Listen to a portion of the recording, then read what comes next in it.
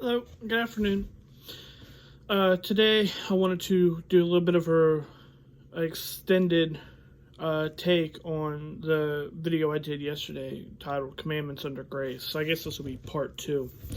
I wanted to go a little bit more detail here on the actual commandments themselves that Paul and Christ gave us to keep for the moment. The first being adultery. Paul says here, "Thou shalt not commit adultery." Adultery is any kind of act, whether it is of sexual nature or lustful intent with another man or another woman. It's not a homosexual thing. I'm not trying to get off to that. What I'm saying is anytime a man tries to have a relationship with a woman, or a woman has a relationship with a man, and it's not their husband or their wife, it's frowned upon by the Lord here.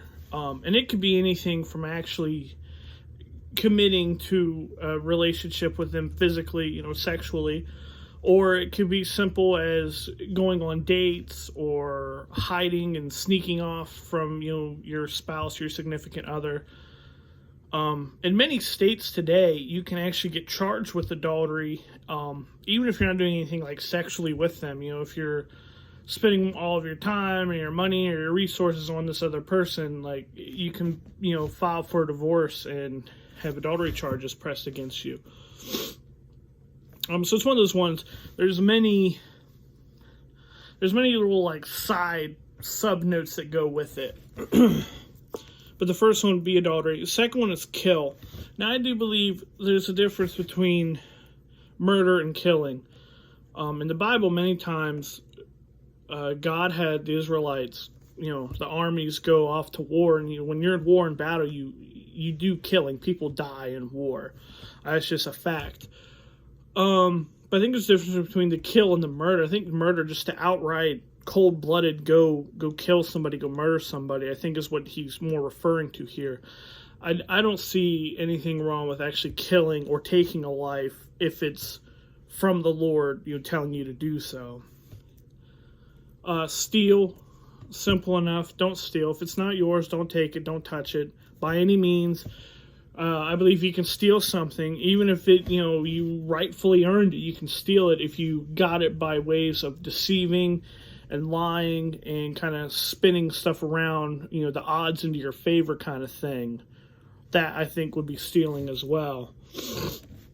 Bear false witness. It's a lot like lying, but it's more so how you get to that lie, whether you just intentionally don't tell the truth, you intentionally make up the story or the lie itself, or if you leave out certain parts, certain words of the story or the situation to where you would get it to lean more into your favor against your neighbor or another man, another person.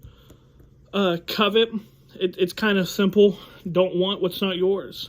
The Lord provides what you need at all times. He might not give what you want, but He'll always provide what you need. And it's one of those things as a Christian you got to learn is, you might pray for this and ask for that, and you might not always get it. And it's not that the Lord didn't hear you or the Lord didn't answer you or the Lord didn't want to give it to you. It's everything happens for a time and for a reason, and it might not be time for you to get that. A big one I hear with this is people, Grandma passed away from cancer, and I prayed really hard. Why did God still take my grandma away? Sometimes it's not what you want that's in God's plan. God will do what He needs to do and what He wants to do, regardless of you or how you feel about it or how you fit into that plan. So covet is simply just don't want what your neighbor has. Don't want his wife. Don't want his car. Don't want his boat. Don't want his house. Don't want his job. Don't want his finances, his money, his banks, all that. Be happy with what you got and don't want others. Now, the big one here at the bottom is love thy neighbor as thyself. And this one, actually, Paul says, well, but it came straight from Christ's mouth. And I feel that if you truly do love your neighbor as you would love yourself, then you wouldn't commit any of the other heinous crimes or acts against God. You wouldn't have to worry about committing adultery, killing, stealing, false witness, or coveting, or any of the other 10 commandments that we have. Because if you love your neighbor as you love yourself, you got to think, would you cheat on yourself? Would you break up your own marriage? Would you kill yourself? Or, since we're on it, would you kill your wife or your husband, your spouse? No. You wouldn't cheat. You wouldn't break up your marriage. You wouldn't cheat on yourself. You wouldn't kill yourself. You wouldn't steal from yourself. You wouldn't bear a false witness against yourself or your significant other. And you're not going to covet yourself, obviously, because you already have it. So you can't really covet what you already have. And I think that's why Jesus said in Matthew chapter 22, verse 37, said, "Thou shalt love the Lord thy God with all thy heart, with all thy soul, with all thy mind." This is the first and great commandment. So love the Lord, serve the Lord, love God, love Jesus. The second is like unto it, thou shalt love thy neighbor as thyself. On these two commandments hang all the law and all the prophets. When you put God first, everything else will be easier, will make more sense, and will come more naturally. It's as simple as that. Love the Lord. Serve the Lord. Pray to the Lord. Ask Him for guidance. Ask Him for wisdom. And I think the other commandments simply will fade away. Jesus summed up the whole law into 2 commandments. Love the Lord and love thy neighbor.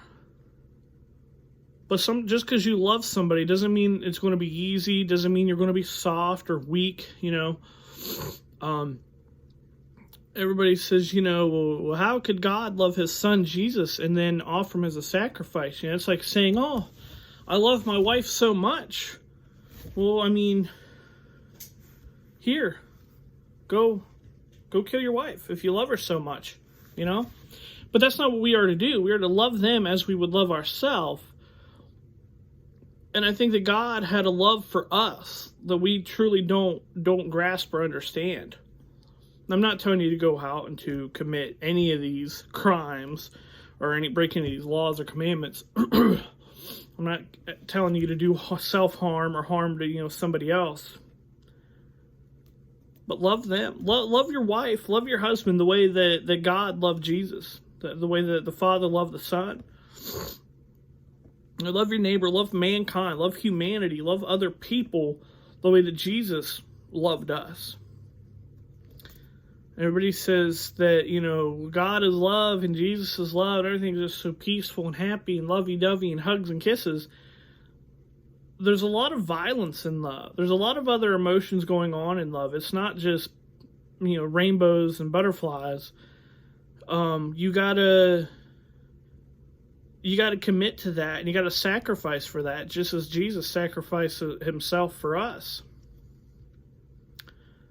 And in a sad way, even Judas could have sacrificed himself. Some could say he sacrificed himself for Jesus, because he knew that in order for the prophecies to be fulfilled, he would have to be betrayed. And maybe Judas knew that before the Satan entered him. I think that's all I'm going to have for you guys today. Trust in the Lord, believe in the Son, accept the forgiveness. You're bought and paid in full. Believe on the Lord Jesus Christ. Have a good day.